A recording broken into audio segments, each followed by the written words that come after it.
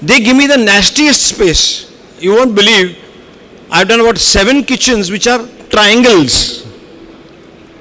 It becomes kitchen because as time has evolved, people's expectations, the chef's requirements, they kept on growing. You have to keep on adding.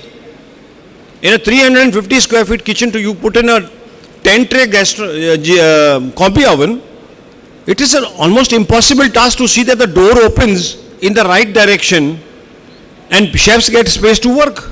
It's crazy. Then of course you have got these foreign consulting chefs who try to impose on. So where do you have to come as a designer or as an operator? How do you use your space that is available to you? So I'll now quickly run through my slide. I don't want to bore you all with too many other background details to it. But you will understand that future is micro kitchens. When I show people this kitchen, the guys from New York and when the chefs come down, oh, I do it in half the space. So it's been a brain scratching experience for me to really understand what they really want and how each piece of equipment has to multitask and be able to produce food in a super hygienic, clean and safety norms. In doing those things, we will have a little glance of what my little experience has been in the last 10 years. Right from the time, I've got into the airport designing business. Product which comes out is fresh, people are convinced, and the product is unique. Cloud kitchens. Now this became another trend in the last 4 to 5 years because cloud kitchens were actually an assembly of kitchens put together by one consolidator, all orders being received by him and dispatched from these 5 kitchens from where it is happening, as I saw in Bangalore. Multiple locations within an 8-kilometer radius. Reason being, Swiggy, Zomato, all these people, they have a radius to cover and they cover from one cloud kitchen up to 8 kilometers. Experimental menus. You may have a central, a central kitchen, but in a central kitchen, they have to have an R&D department, like Domino's has and other brands have. Compact spaces where you have to produce the new R&D, new products that they are doing R&D on.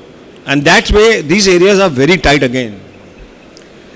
Then there are MEP limitations that I can't get drainage on this side. I can't take out exhaust on this side. So whatever you do, these activities have to be focused in that specific. How it is going to work?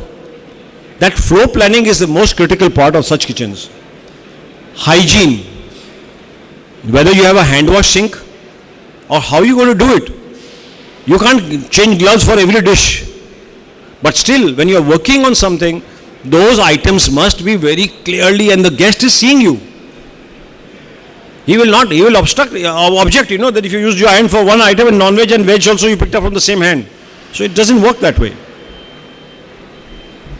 Pressurized water supply. Many of these equipment require pressure of 2 to 2.5 bar, especially the combi ovens. Whether you have that or not. Whether you have got specialized filters to see that the steam is. This was the place. That was the auditorium over here at the bottom as you come. That was the entry. So this was a pre-function space which had toilets, reception and things like that. And that was the space given to me for kitchen and a bar. As you can see, very powerful bar. So you have a nice cocktail station. You got a draft beer and craft beer available. You got a wine by the glass because this is for little upmarket performances which I held here. So you have people who are bankers, who have other people who have sponsored the various events over there. They would expect nice quality of drinks to also come. So imagine giving wine by the glass. I'm giving you craft beer, making you very good cocktails. And of course, even something like smoothie would be made over here. And coffee, sorry, I forgot to mention that. We have also a lovely coffee machine, 2-group machine.